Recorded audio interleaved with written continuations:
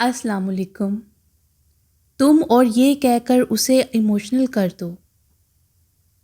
برہان نے حشمگیر نظروں سے خرمن کو دیکھا تھا۔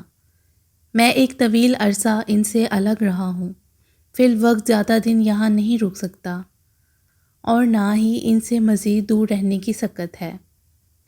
بس کچھ عرصے کی بات ہے، وہاں ابو کا ٹریٹمنٹ بھی بہتر ہو جائے گا، تھوڑا چینج ملے گا تو ان کی صحت پر بھی اس کا اچھا اثر ہوگا۔ آپ کا ارادہ بہت اچھا ہے، آپ کو بھی حق ہے اپنے ماں باپ کو اپنے قریب رکھنے کا۔ مان کی فکر مت کریں، میری موجودگی میں یہ تنہا نہیں ہوگا۔ عارش نے ایک نظر خاموش کھڑے عثمان پر ڈال کر برہان سے کہا تھا، سچ کہوں تو میں آپ ہی سے زیادہ تمہارے بھروسے پر اسے یہاں چھوڑ کر جاؤں گا۔ تمہاری اور بیلا کی وجہ سے ایسا کرنا پڑ رہا ہے، ورنہ میں اسے بھی بہت پہلے یہاں سے لے جاتا، برہان نے سنجیدگی سے عارش سے کہا تھا۔ پھر آپ کب بات کر رہے ہیں فاروق بھائی سے؟ خرمن نے پوچھا۔ کہو تو آج ہی جا کر بات کر لیتا ہوں۔ برہان نے ان تینوں سے ہی تائید چاہی تھی۔ مجھے عارش کی رائے سے اتفاق ہے، آپ ولیمے سے فراغت کے بعد ہی بات کیجیے گا، عثمان نے قطعی لہجے میں کہا تھا، جبکہ خرمن فوراً ہی بیلا کی طرف بڑھتی چائے کی ٹرے اس سے لے چکی تھی۔ بیلا ابھی وقت ہے، سوچ لو، ورنہ ان کے لمبے چوڑے خاندان کی خدمتوں میں گھن چکر بن جاؤ گی۔ خرمن نے مشورہ دیا تھا، اسے ورگلاؤ گی تو اس کی جگہ تمہیں ہی اپنے گھر لے آؤں گا، عثمان جل کر بولا تھا۔ کیا بک رہے ہو؟ برہان بے ساختہ ہنسا تھا۔ عارش فوراً چائے لو، غیرت جگانے کی ضرورت نہیں ہے۔ بیلا نے ہنستے ہوئے مگ عارش کی طرف بڑھایا تھا، جسے عثمان نے فوراً درمیان میں اچک لیا تھا۔ میری خدمتیں کرنے کی عادت ڈالو، اسے پوچھنے والے بہت ہیں۔ عثمان کے گھڑکنے اور سب کے مسکرانے پر بیلا کا چہرہ حفت سے سرخ ہوا تھا۔ تم یہ کیا کہہ رہی ہو؟ کیا یہ سچ ہے؟ فاطمہ جو ورطۂ حیرت میں تھی، شدید بے یقینی سے انہوں نے عارش کو اور پھر احمد حسین کو دیکھا تھا، جن کے چہرے پر موجود نرم مسکراہٹ اس بات کی تصدیق کر رہی تھی کہ یہ خوش کن خبر ان کے لیے نئی نہیں تھی۔ یہ سچ ہے مامی، عارش نے انہیں شانوں سے تھاما تھا۔ آپ عمرے کے لیے جانے کی تیاری کیجیے، اس مقدس سرزمین کو چھونے کا آپ کا خواب اللہ نے پورا کر دیا ہے، اور یہ سچ خواب نہیں ہے۔ عارش میں تو صرف کہتی تھی، مگر تم نے آج اولاد ہونے کا حق ادا کر دیا۔ میں نے ضرور کوئی ایسی نیکی کی تھی کہ اللہ نے مجھے تم سے اور خرمن سے نواز دیا۔ مجھ سے زیادہ خوش نصیب کون ہو سکتا ہے؟ اب اور کیا چاہیے مجھے اس دنیا میں؟ لرزتے ہاتھوں سے اس کا روشن چہرہ تھام کر فاطمہ نے اس کی پیشانی چوم لی تھی۔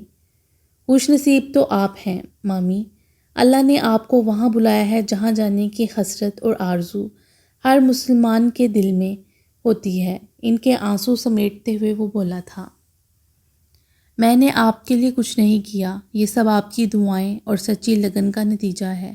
انشاءاللہ عمرے کے بعد آپ اور مامو جان حج پر جائیں گے تو میں اور خرمن آپ کے ساتھ ہوں گے۔ انہیں اپنے ساتھ لگاتے ہوئے وہ بولا تھا، انشاءاللہ ہم وہ دن بھی ضرور دیکھیں گے۔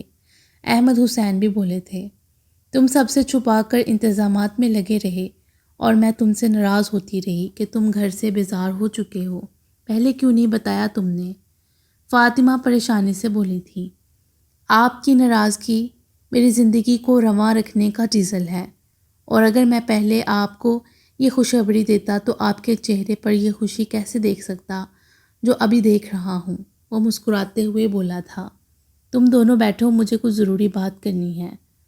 احمد حسین کے سنجیدہ لہجے پر ہاشم کچھ چونکا ضرور تھا، مگر فاطمہ کے ساتھ ہی ہمیں تن گفتگو ہو گیا تھا۔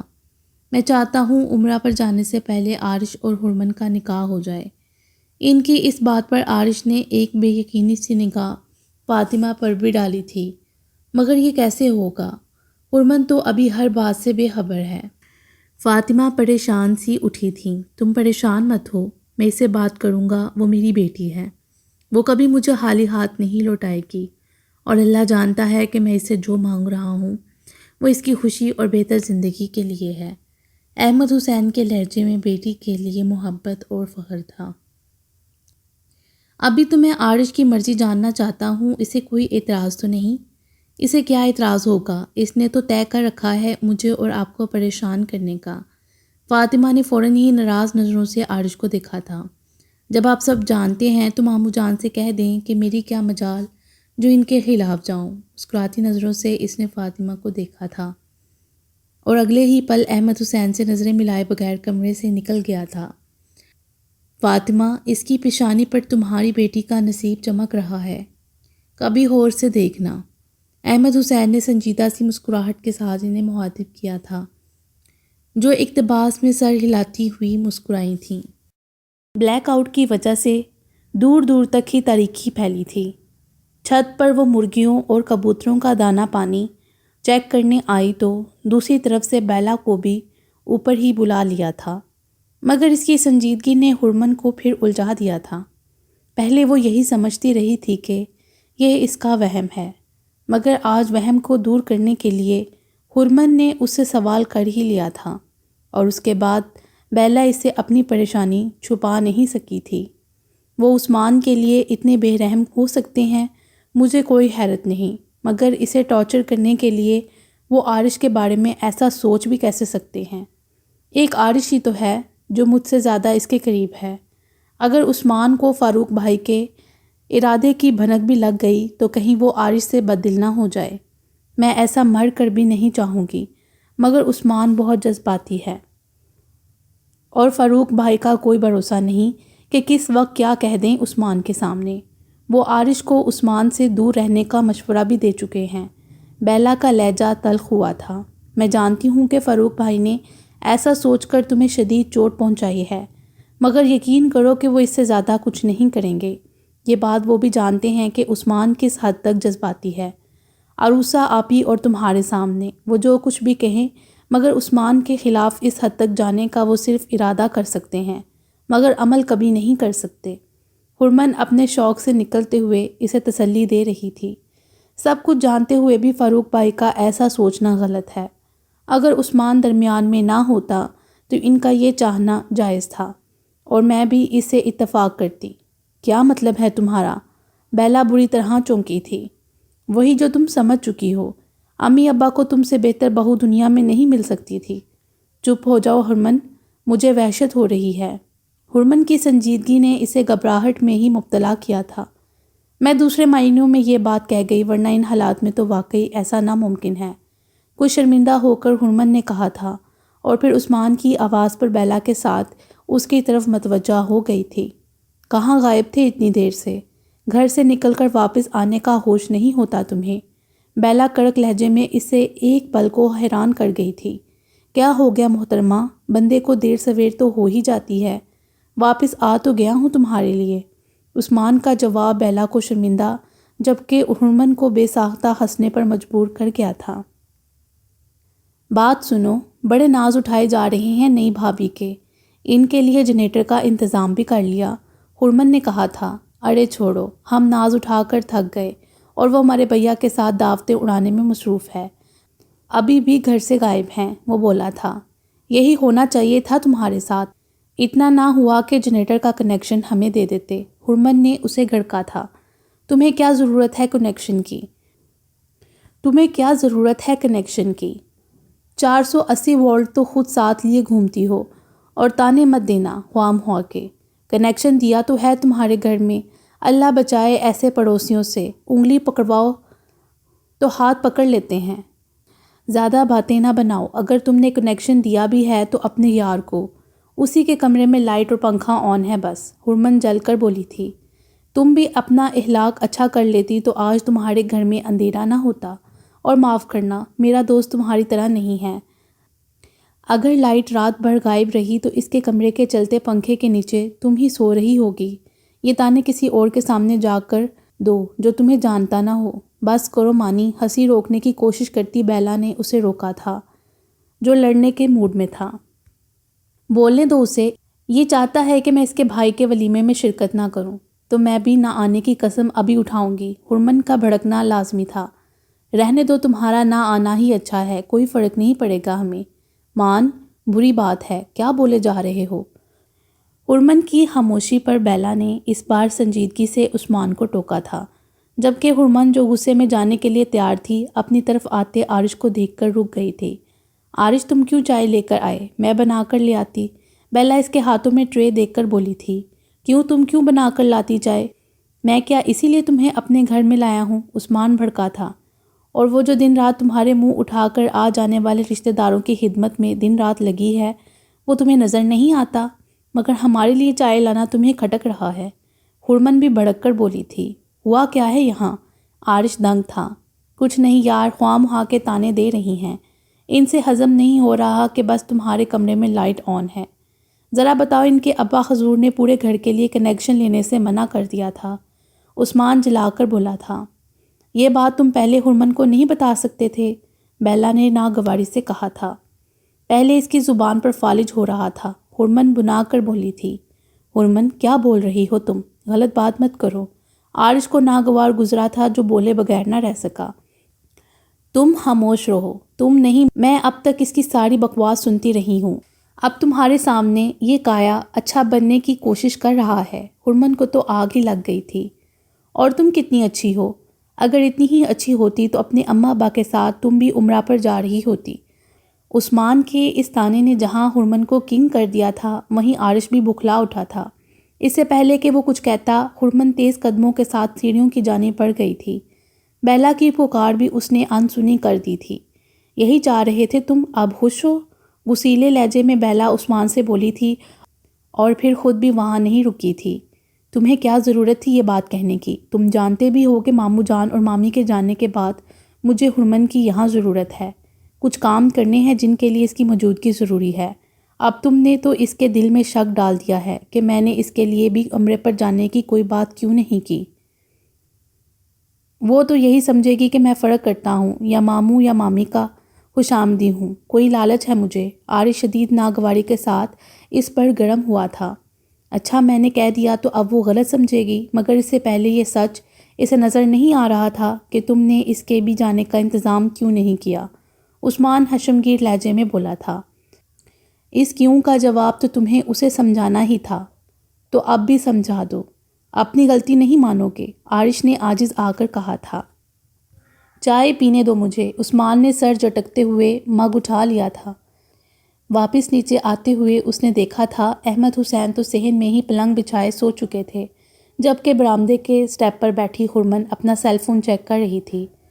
پیشانی تک وہ دوپٹہ گرائے وہ بس ایک پل کے لیے قریب آتے عارش کی طرف متوجہ ہوئی تھی، جو کچھ فاصلے پر اب بیٹھ رہا تھا۔ تم تو جانتی ہو مان کو بلا سوچے سمجھے بولنے کی عادت ہے۔ تمہیں تنگ کرنے کے لیے وہ کچھ بھی بول جاتا ہے۔ میں جانتا ہوں اس نے جو کہا وہ تم نے محسوس کیا ہے۔ میں اسی بارے میں تم سے بات کرنے کا موقع ڈھونڈ رہا تھا۔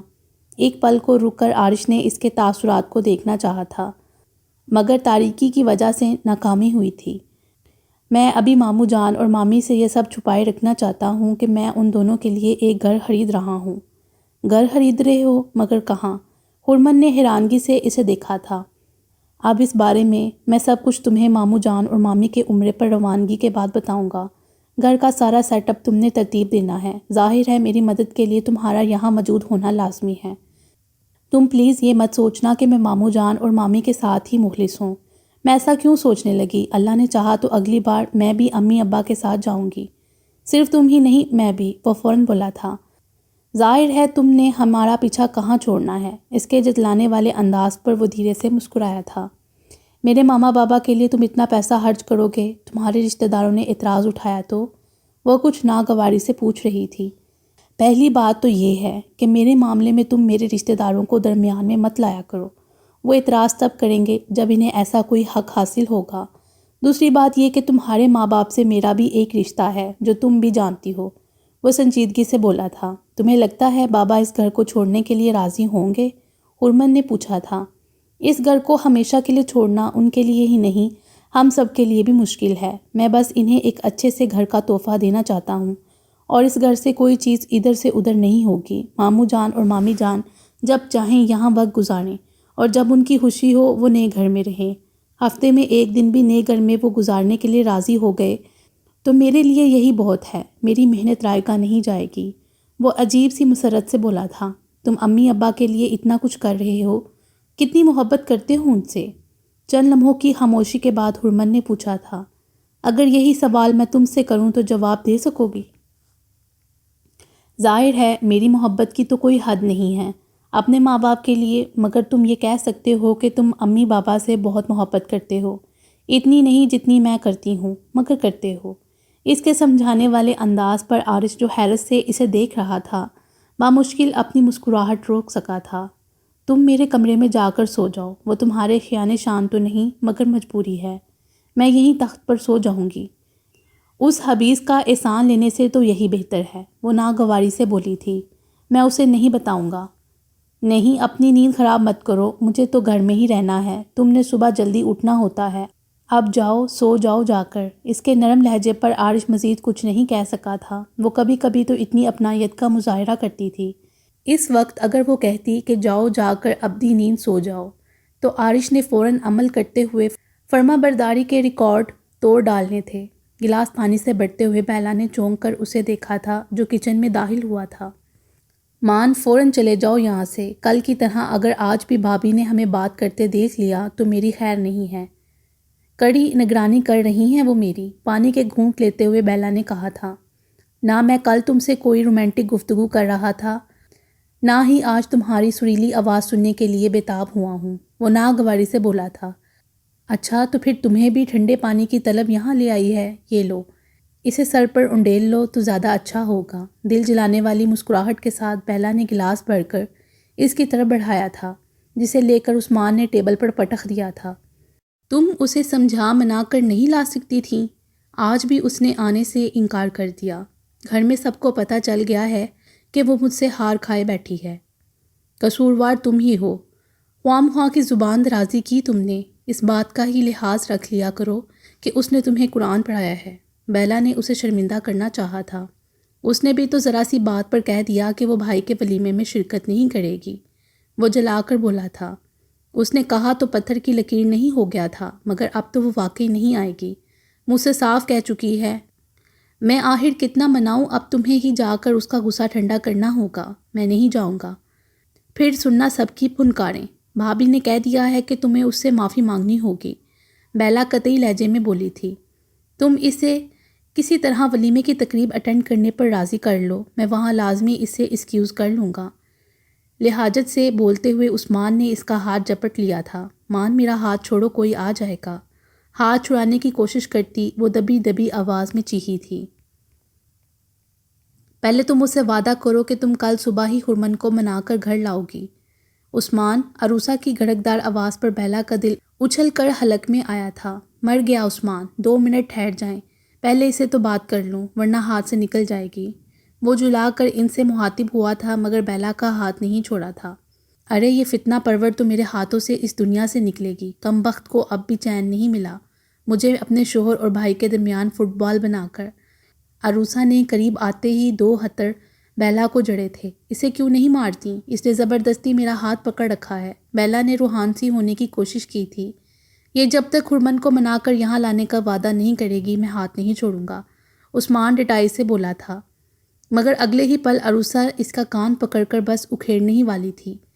سیدھی کمرے میں جاؤ، صبح تک میری اجازت کے بغیر کمرے سے نکلی تو ٹانگیں ہی توڑ دوں گی۔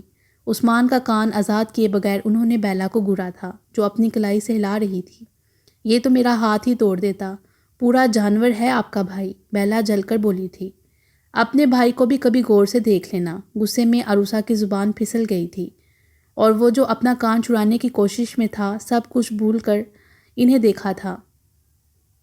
آپی، یہ کیا کہہ رہی ہیں؟ یعنی میرا شک بالکل درست تھا، آپ کے شوہر واقعی؟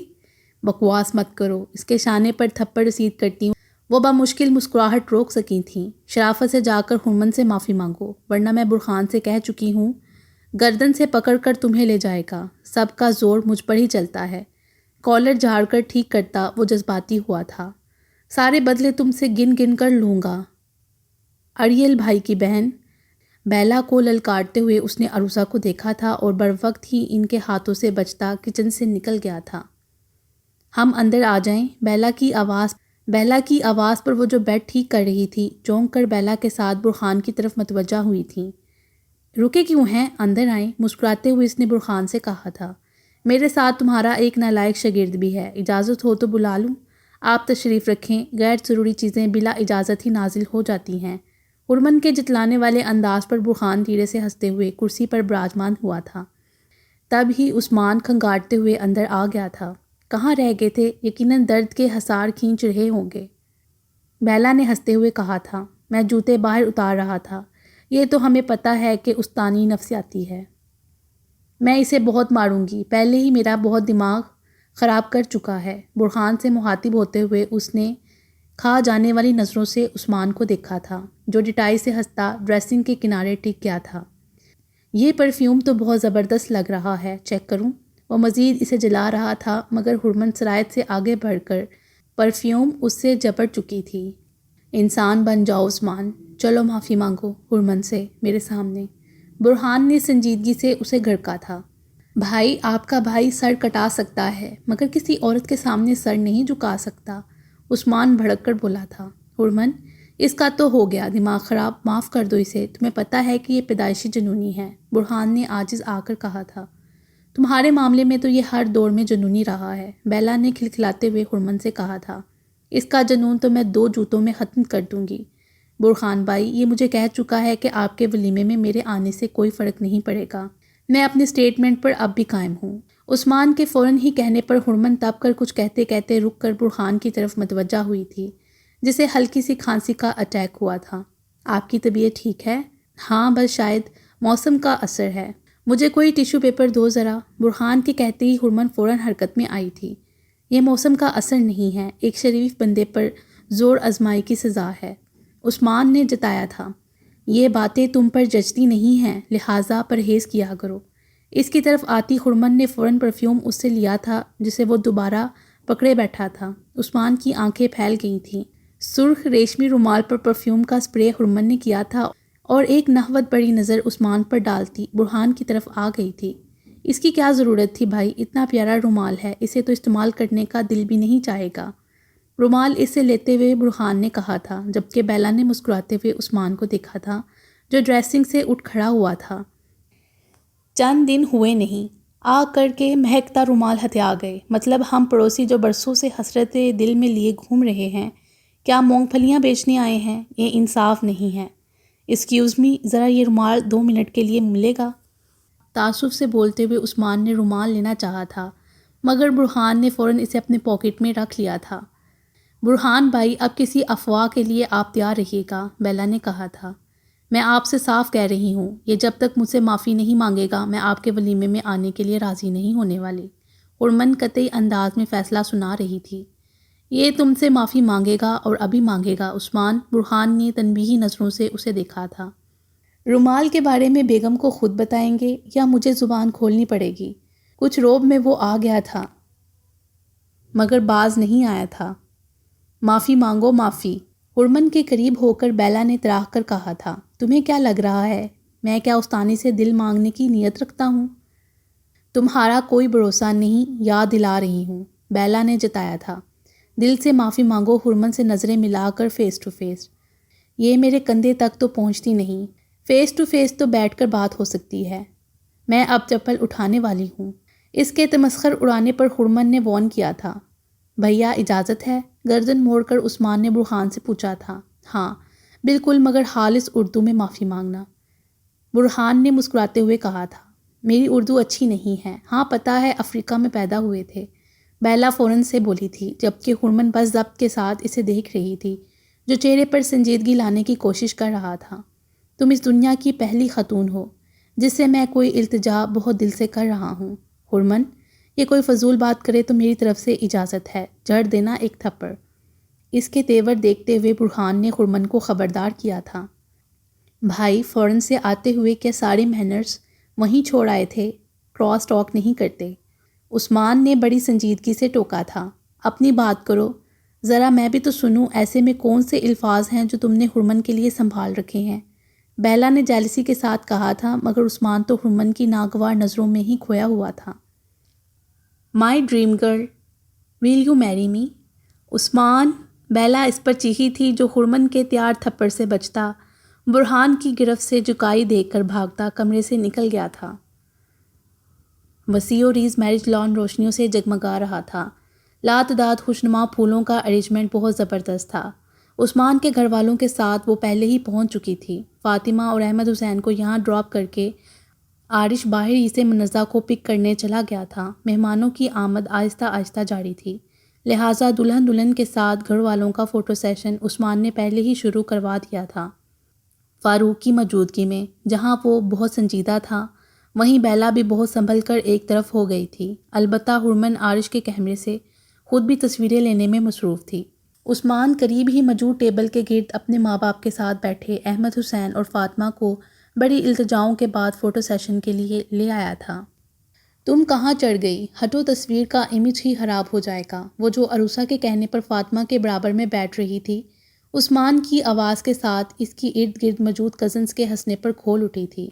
ارے ہرمن بیٹھو، کہاں اس کی باتوں کو سنجیدہ سے لے رہی ہو؟ ہرمن کے تب کر اٹھ جانے پر عروسہ فوراً منانے آگے بڑھی تھی۔ نہیں، میں اب بیلا کے ساتھ ہی فوٹو بنواؤں گی۔ عروسہ کو مطمئن کرتی وہ خوبصورت سٹیج سے اترتی عثمان کو گھورنا نہیں بھولی تھی، جو دل جلانے والی مسکراہٹ چہرے پر سجائے بظاہر تصویریں لینے میں مگن تھا۔ میں اسے یہاں سب کے سامنے کوٹ دوں گی، خواہ الجھ رہا ہے۔ بیلا کے قریب جاتے ہی وہ پھٹ پڑی تھی۔ کوٹ دو تاکہ اسے ہار کھانے والوں کو بھی کچھ تسکین مل جائے۔ بیلا کے تلخ لہجے پر وہ بھی چونکی تھی۔ ایک نگاہ اس نے فاروق پر ڈالی تھی، جو بڑے خوشگوار موڈ میں اپنے سسر سے محو گفتگو تھے۔ ایسا نہیں کہتے بیلا، وہ جیسے بھی ہیں تمہارے بھائی ہیں۔ نہیں ہیں وہ میرے بھائی، ان کی نظروں میں میرا کردار خراب ہے۔ تمہیں کیا معلوم کہ وہ اس وقت میری کتنی کڑی نگرانی کر رہے ہیں۔ بیلا کا چہرہ شدت ضبط سے سرخ ہوا تھا۔ تم اس وقت ان کی پرواہ مت کرو، میرے لیے خوش نظر آؤ، خبردار جو ایسا چہرہ بنایا تم نے۔ ہرمن نے ناراضگی سے اسے گڑکا تھا۔ کتنی پیاری لگ رہی ہو اس ڈریس میں، لگتا ہے سرخ رنگ تمہارے لیے ہی بنا ہے، کہیں اس بد نظر کی نظر ہی نہ لگ جائے تمہیں۔ تعریف کرتے ہوئے ہرمن نے دور کھڑے عثمان کو گھورا تھا۔ اتفاق سے وہ بھی اس وقت ہرمن کی طرف متوجہ ہوتا چونک گیا تھا۔ ایسا تو مت کہو، آج تو وہ دولہا سے زیادہ ڈیشنگ لگ رہا ہے۔ مہرون کلر کی شرٹ کتنی جچ رہی ہے اس پر۔ قریب آتے عثمان کو دیکھتی بیلا نے تعریف میں بالکل بہل سے کام نہیں لیا تھا۔ تم کیوں گھور رہی ہو مجھے دور دور سے؟ ہمت ہے تو میرے منہ پر میری برائیاں کرو، غیبت کرنے کا بڑا شوق ہے تمہیں۔ وہ قریب آتے ہی ہرمن پر چڑھ دوڑا تھا۔ دفع ہو جاؤ، میں کیوں کرنے لگی غیبتیں؟ ہرمن نے بھڑک کر اسے دور ہٹایا تھا۔ دھکے مت دینا خواہ وہاں ٹچ کرنے کے بہانے، ڈوب کر مر جاؤ۔ اس کے بازو پر تھپڑ رسید کرتی ہرمن اپنی ہنسی نہیں چھپا سکی تھی۔ کچھ دیر رک جاؤ، فوٹوگرافر فارغ ہو جائے تو تم دونوں کی تصویریں بنواؤں گا۔ ویسے یہ چہرے ہوتے ہیں فوٹوجینک؟ عثمان نے گہری نظروں سے بیلا کے سجے سورے چہرے کو دیکھا تھا۔ ذرا آپے میں رہو، فاروق بھائی کی نگاہیں تمہیں گھور رہی ہیں، ہرمن نے خبردار کیا تھا۔ نہ وہ باز آنے والے ہیں نہ ہم، شمع کے گرد منڈلانے سے کیوں؟ مسکراتی نظروں سے عثمان نے بیلا سے تائید چاہی تھی، جو دھیرے سے ہنسی تھی۔ لو بھائی عثمان، تمہاری خاص الخاص مہمان تشریف لے آئی ہیں۔ ہرمن نے ان دونوں کو منزہ کی طرف متوجہ کیا تھا، جو عارش کے ہمراہ اسی جانب آ رہی تھی۔ ہاتھوں میں موجود گفٹ بیگ وہ عارش کو تھماتی سرائت سے قریب آئی ہرمن اور بیلا سے گلے ملتی خوشی کا اظہار کر رہی تھی۔ عارش کی نظریں ہرمن کے جلملاتے چہرے پر ٹھہر گئی تھیں۔ تقریباً سیاہی مائل گہرے سبز رنگ کے لباس میں وہ ملبوس تھی۔ لمبی سی فراک کے کناروں پر خوبصورت لیس نے اس کے لباس کو مزید سٹائلش بنا دیا تھا۔